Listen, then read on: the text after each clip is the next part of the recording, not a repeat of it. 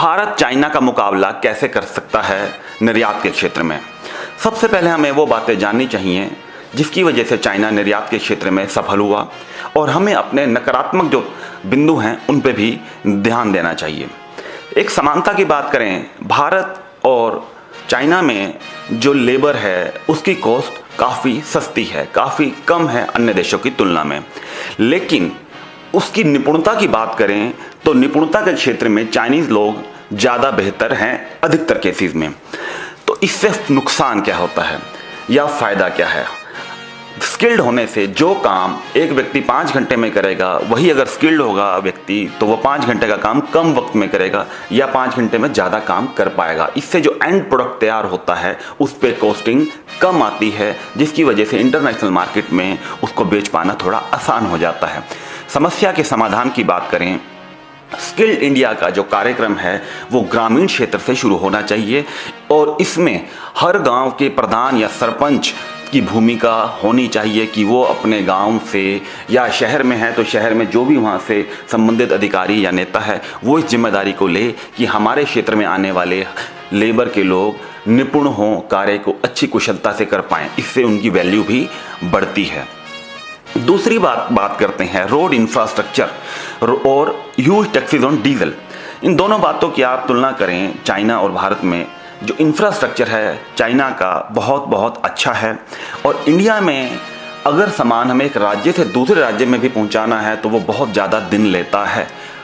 इससे क्या होता है कि ज़्यादा दिन लगने की वजह से उससे कॉस्टिंग जो है वो भी बढ़ जाती है सामान के ऊपर, और वो भी इंटरनेशनल मार्केट में कम्पीट करना थोड़ा मुश्किल हो जाता है। इसके समाधान की बात करें, गवर्नमेंट को इंफ्रास्ट्रक्चर पे ध्यान देना चाहिए। हालांकि यह ध्यान दिया भी जा रहा है, लेकिन अभी से और भी बड़े लेवल पे करने की आवश्यकता, अभी गुंजाइश है इसमें। और टैक्सेस डीजल के ऊपर, जो ट्रांसपोर्टेशन सिस्टम है उसमें डीजल पे टैक्स काफ़ी कम होना चाहिए, क्योंकि इसका मिसयूज़ हो जाता है डीजल का लग्जरीज गाड़ियों में। तो लग्जरी गाड़ियों पर टैक्स बहुत ज़्यादा बढ़ा दें या उन पर ऐसी कंडीशन लगा दें कि लोग डीजल की गाड़ियाँ खरीदने से बचें। लेकिन डीजल पर टैक्स कम होने से ट्रांसपोर्टेशन का खर्चा काफ़ी कम होगा, जिसकी वजह से हमारे देश के प्रोडक्ट अन्य देशों में अगर सप्लाई करते हैं, एक राज्य से दूसरे राज्य भेजते हैं, तो उस पर कॉस्टिंग कम आने से ये भी इंटरनेशनल मार्केट में या देश की लोकल मार्केट में भी ये सस्ते होने शुरू हो जाएंगे। जो चाइनीज़ एक्सपोर्ट बहुत ज़्यादा हैं हमारे देश में, उस पर भी हम निजात, उस पर भी कंट्रोल कर सकते हैं। एक अच्छी बात चाइना गवर्नमेंट की है कि वो अपनी कंपनीज़ को मॉडर्न टेक्नोलॉजी और लेटेस्ट टेक्नोलॉजी प्रोवाइड करने में मदद करती है। इससे जो लागत है प्रोडक्ट की वो काफ़ी कम हो जाती है, क्योंकि जो काम हाथों से किया जाएगा वो बहुत कम होगा, और मशीनें अगर उसका काम को करेंगी तो बहुत जल्दी कर लिया जाएगा और बहुत बड़े लेवल पे उसकी प्रोडक्शन की जा सकती है, जिससे प्रोडक्शन कॉस्ट काफ़ी कम आ जाती है। इसका समाधान ये है, भारत सरकार को भी एक अलग से एक डिपार्टमेंट बना देना चाहिए जिसमें वो लेटेस्ट टेक्नोलॉजी या लेटेस्ट नई जो भी तकनीकी आते रहें वो उन पे ध्यान दें, और भारत के जो छोटे स्तर पे, मध्यम स्तर पे काम करने वाले लोग हैं या कंपनियां हैं, फैक्ट्रियां हैं, उनको वो टेक्नोलॉजी बहुत सस्ते रूप में उसको उपलब्ध कराए। भारत की बात करें तो एक राज्य से दूसरे राज्य में कोई भी सामान सप्लाई करना हो तो उसमें बहुत सारी फॉर्मेलिटीज़ हैं। हालांकि वो काफ़ी सुधार उसमें आ चुका है जीएसटी आने के बाद, लेकिन फिर भी अभी भी काफ़ी इसमें गुंजाइश है।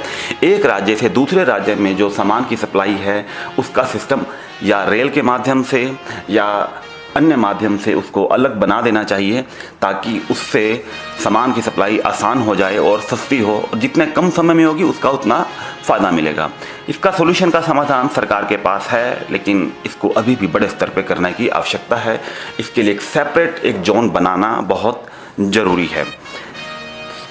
थोड़े शब्दों में कि चीप एंड एफिशिएंट लॉजिस्टिक होगा तो ज़्यादा अच्छा काम होगा। इसके बाद बात करते हैं, China has limited dependence on basic raw material. China जो बेसिक रॉ मटेरियल है, जैसे मान लीजिए कोई दवाई बनानी है, उसके लिए बहुत सारे केमिकल की ज़रूरत होती है, और वो केमिकल चाइना की गवर्नमेंट का ऐसा सिस्टम है कि वहाँ के मैन्युफैक्चरर को, दवाई बनाने वाले हों या केमिकल बनाने वाले हों, जो बेसिक केमिकल या बेसिक रॉ मटेरियल है, चाइना में इसकी उपलब्धता बहुत आसानी से हो जाती है, लेकिन भारत में ये बहुत मुश्किल है। भारत की दवा कंपनियों से अगर आप संपर्क करके पूछेंगे तो उनका बेसिक मटेरियल का बहुत बड़ा परसेंटेज चाइना से ही आता है।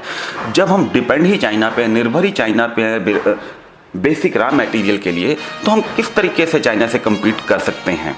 इसलिए भारत सरकार को चाहिए कि पूरी लिस्ट बनाए जो जो सामान चाइना से आ रहा है या अन्य देशों से आ रहा है, और वो भारत में उनका निर्माण कैसे किया जा सकता है या उनकी मैन्युफैक्चरिंग कैसे की जा सकती है।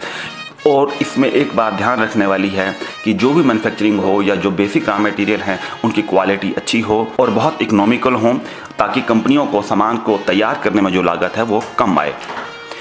इसके बाद बात करते हैं चाइना की एक अच्छी बात, जो बहुत बड़ी कंपनीज हैं और उनमें कई बार उनको ज़मीन के तौर पे या बिजली की सप्लाई या इंफ्रास्ट्रक्चर, जो सड़क पहुंचानी है फैक्ट्री से एक बड़े राजमार्ग तक, तो उसके लिए सरकार की तरफ से बहुत अच्छी मदद दी जाती है। भारत सरकार इसमें क्या कर सकती है, जिन प्रोडक्ट्स में हम चाइना पे पूरी तरह निर्भर हैं उन प्रोडक्ट की लिस्ट बना दी जाए और देश की कंपनियों को ऐसा बोल दिया जाए कि ये प्रोडक्ट अगर आप भारत में बनाते हैं, इकोनॉमिकल बनाते हैं, उनकी तुलना में बेहतर बनाते हैं, तो आपको ज़मीन के तौर पर रियायत मिलेगी, बिजली के तौर पे उनको कुछ सालों की रियायत मिलनी चाहिए। भारत में किसी भी सरकार की भूमि पे दरगाह और पीर बनाना बहुत आसान है, लेकिन वहाँ बिजनेसमैन के लिए एक फ्री जगह लेना लगभग नामुमकिन। इसलिए सरकार को चाहिए इसमें कुछ ऐसी पॉलिसी बनाएं जिसमें 5 साल इंटरेस्ट फ्री लोन, जो चाइनीज़ प्रोडक्ट हैं अगर उनके कंपटीशन में, या ऐसे प्रोडक्ट जो चाइना ही नहीं पूरे अन्य देशों से आते हैं लेकिन भारत उस पर पूरी तरह निर्भर है दूसरे देशों पे, उन प्रोडक्ट को बनाने वाली कंपनियों को तो खास तौर पे रियायत मिलनी चाहिए, चाहे वो ज़मीन के तौर पे हो या टैक्स के छूट के तौर पे हो या बिजली की व्यवस्था वहाँ पहुँचाने के तौर पे हो। छोटी भारतीय कंपनियों को एक बड़ी समस्या से जूझना पड़ता है। मान लीजिए कोई कंपनी दवाई या कुछ इस तरह से मिलता जुलता कोई प्रोडक्ट का निर्माण करती है और दूसरे देशों में भेजती है, तो उसमें बहुत सारे टैक्सेस के अलावा टेस्ट रिपोर्ट लेनी पड़ती है, क्योंकि हर देश के अपने नॉर्म्स हैं, अपनी कंडीशंस हैं। तो उन कंडीशन पे खरा उतरने के लिए जैसे रेडिएशन का टेस्ट हो गया, इसके अलावा प्रोडक्ट में क्या क्या डला है उसके हर तरह के टेस्ट हो गए, तो इससे जो प्रोडक्ट की कॉस्टिंग है वो काफ़ी बढ़ जाती है और अन्य देशों में कम्पीट करना छोटी कंपनियों के लिए बहुत मुश्किल हो जाता है। तो सरकार को यहाँ चाहिए कि जो छोटे स्तर की कंपनियाँ हैं अगर वो निर्यात करती हैं तो उनकी टेस्टिंग के लिए एक मंच बना देना चाहिए। हर राज्य में उसका एक मंच होना चाहिए, एक जगह होनी चाहिए जहाँ उनको वो टेस्ट फ्री सुविधा होगी। इससे उनके जो प्रोडक्ट हैं उनकी कॉस्टिंग काफ़ी कम आएगी और इंटरनेशनल मार्केट में कम्पीट कर पाएंगे। एक ऐसा इकोसिस्टम डेवलप करना जिसमें एक प्रोडक्ट में लगने वाले जितने भी पार्ट हैं वो नज़दीक की जगह में ही हों। जैसे एक मोबाइल बनाने की कोई फैक्ट्री भारत में लगी और मोबाइल में लगने वाले 100 से ज़्यादा पुर्जे हों उदाहरण के तौर पे, और वो एक पुर्जा राजस्थान से आएगा, एक पुर्जा अगर तमिलनाडु से आएगा, तो इससे भी प्रोडक्ट की कॉस्ट काफ़ी बढ़ जाती है। इसलिए ऐसा इकोसिस्टम डेवलप करना चाहिए या ऐसे इंसेंटिव सरकार को रखने चाहिए कि कोई फैक्ट्री अगर बड़ी लग रही है और इसके नज़दीक इसके पार्ट बनाने वाली फैक्ट्री होगी, या ऐसी रियायत दें कि इसके नज़दीक कोई फैक्ट्री इसके पार्ट बनाने वाली लगेगी, तो उसको इस तरह के इंसेंटिव मिलेंगे या इस तरह की रियायतें मिलेंगी, कुछ तरह की रियायतें या अलग तरह के इंसेंटिव। इससे अन्य कंपनियां मोटिवेट होंगी, उनका हौसला बढ़ेगा कि बड़ी यूनिट के साथ ही अपनी कहीं यूनिट लगाने की कोशिश करेंगे। इससे भी जो प्रोडक्ट की जो ट्रांसपोर्टेशन कॉस्ट है वो काफ़ी कम होती चली जाएगी और बहुत एफिशिएंट हो जाएगी।